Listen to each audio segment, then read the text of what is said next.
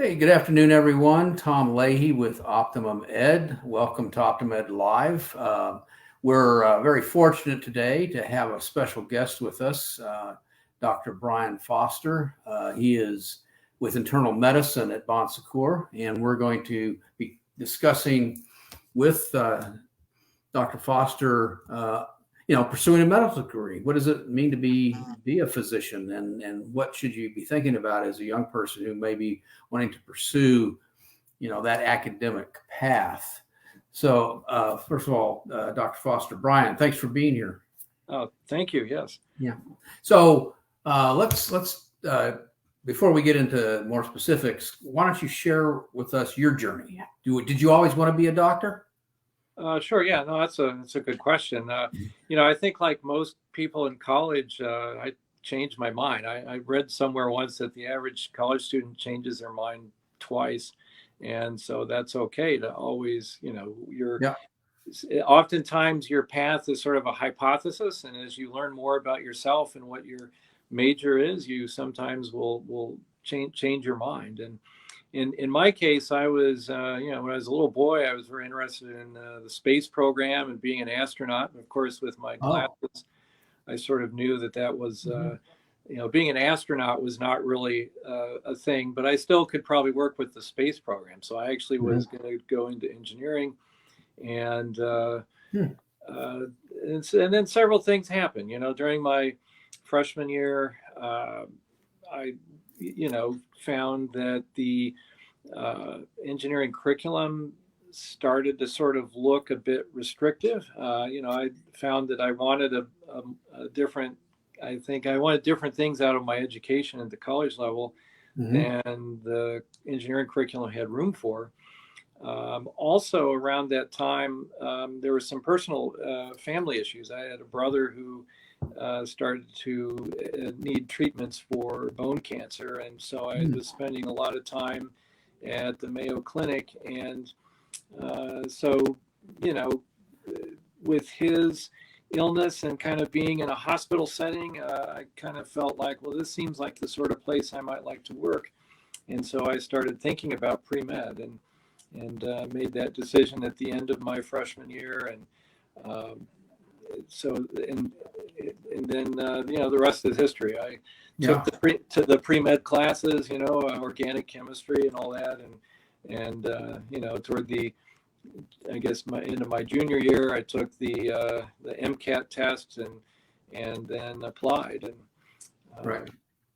And for me, I ended up going to the University of Iowa, which is my home state, and then eventually, so after college, of course, the medical school is another 4 years, and then you have additional training after that, depending on the specialty. So that can, for internal medicine, that was 3 years of residency.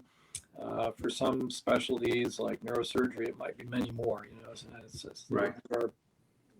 so it's a huge commitment of time. It's a long training pathway. It's like the last apprenticeship in a sense. The last of the guilds. You don't just graduate high school and you hang out your shingle like maybe. So you really have to. There really has to be a commitment, and you have to really like what you're doing and like what you're going to be doing, and be willing to commit that kind of time. Yeah, and it's not just time in terms of days, weeks, months, years. It's long hours as well. Very long hours. Yeah. Now that got better. When I was probably the last of the old school training where you were on every third day in the intensive care unit. And you could work 36 hours or more straight without getting rest. Most training programs have changed things around. After a lawsuit in New York where a tired resident made a mistake, they think there's been a realization that, for all the benefits of that intensive kind of training, there's some drawbacks, and one of them is patient safety. So now usually you're not going to be on call on those rotations for quite as long. There'll be Sure. a night float team that takes over, and you get to go home and rest. So things have gotten a little bit kinder and gentler since I was a lad. Well, that's good to know. So, from a financial standpoint, this is also a huge commitment. Yeah. So, can you talk to us a little bit about what that looks like? A young person thinking about this path, you end up on the other end with your medical degree, but you also probably have some level of debt. Yeah, I think that certainly the student loan debt is a problem that everybody has. I will say that if you can find a way to get through college on scholarships, or some way that you're not going to be heavily indebted, that certainly will be to your benefit. Medicine fortunately does have a pretty good payoff at the end financially. So, exactly. Yeah. it's one of the few things you can go into where the burden of student loans will probably be lifted once you start earning your Right. final salary. But that definitely, that's a universal thing. Unfortunately, college costs have skyrocketed, and the student loan, I think more and more, and over time, people have become almost indentured servants for the rest of their lives trying to pay off those loans. And Right. most careers, the salary is just not going to match sometimes the amount of loans that people are carrying. So yeah. So when we look at the timeline, we've got a undergraduate degree, we've got the medical degree, and then if you decide to specialize, even internal medicine, then you have to do additional training for that, or pediatrics, or whatever it might be, right? Right. So you'd be looking at 4 years of college, 4 years of medical school, and then 3 years of residency training for my specialty. And so that's already 11 years. For some, it might be 17 years, for total after high school, until you're finally, you might say, arrived at your destination. Now, as a resident, you're getting paid, but it's maybe something like, well, when I was going through, it was, I think, $30,000 a year. And so it's like a low paying job. It's not more loans and borrowing and paying, but it's also not your end result either. It's enough to live on barely. And most residency programs are in large cities, so that, of course, whatever they're paying you is probably not going to stretch very far. But you are earning a salary after the 4 years of medical school when you start your residency training. So I often ask professionals what they think the one prominent characteristic someone should have to do this kind of work. But when I look at medicine, there's such a broad range of practices and specialties that I'm not, I don't know, maybe you can talk to this, but I don't think there is, for example, I say, well, you have to be a people person.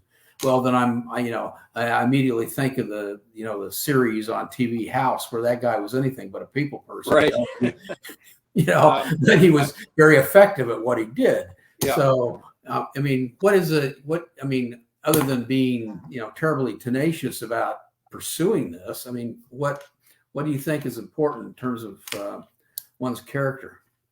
Well, that's a very good question. And you're right. There is within medicine a very broad array of jobs, and you could be the kind of person that, in my practice, I see people every day, you really do kind of have to have the people skills as well as the desire to interact with people. So I think being, a good communicator and having I think a sort of an altruistic desire to help people is going to be something that's very helpful. But there certainly are careers within medicine where you don't interact with patients at all. Radiologists might just kind of read films in a dark room, and and there are others where the patient contact is there, but maybe your job is more like doing surgery all the time, and so you're it's technical skills and kind of going in and fixing things. I remember I had one mentor who was talking about the difference between the surgery specialties and more of the kind of patient-oriented specialties, and he said that the surgical specialties are the ethos is to get in there, cut it, get out, and that's it. You're done. And it's kind of like there's a bit of a Marine Corps experience to it. You're on the front lines. You're storming the beach of Normandy or whatever, and it's all about doing and cutting and fixing. Whereas, he said that the other specialties were maybe a little bit more like Sherlock Holmes, where you're kind of sitting around thinking and advising or whatever. Yeah. So this may be an unfair question, but what has been for you maybe the somewhat of a downside to this whole thing? Well, sure. And of course, you've already alluded to some earlier. I mean, I think during the time when you could say maybe I could have been enjoying life more. I was doing rounds in the hospital or spending all-nighters in the library. So it is a very long pathway, and you're basically going through your 20s and maybe even early 30s in sort of a grueling training program. And so that's there were like you said, the financial payoff doesn't really happen until you get to be an attending or get into your private practice. And so you're going through your 20s kind of poor and working really hard, and you might be looking at friends going off and getting paid fabulously at UPS or something and thinking, man, why didn't I do that? But I will say I felt like the reward was worth it in terms of I enjoy my job and I'm getting paid really well now.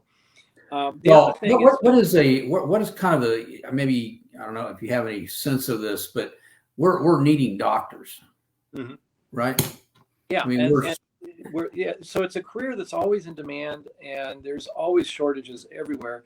So you can almost walk into, except for a few really specialized things, you can, certainly for general internal medicine or pediatrics or things like that, you can almost walk into any community anywhere in the country and there's a job, and it's pretty recession proof. So no matter what the stock market does or what housing markets do, people need their doctors. So you're not going to get laid off, because of the economy.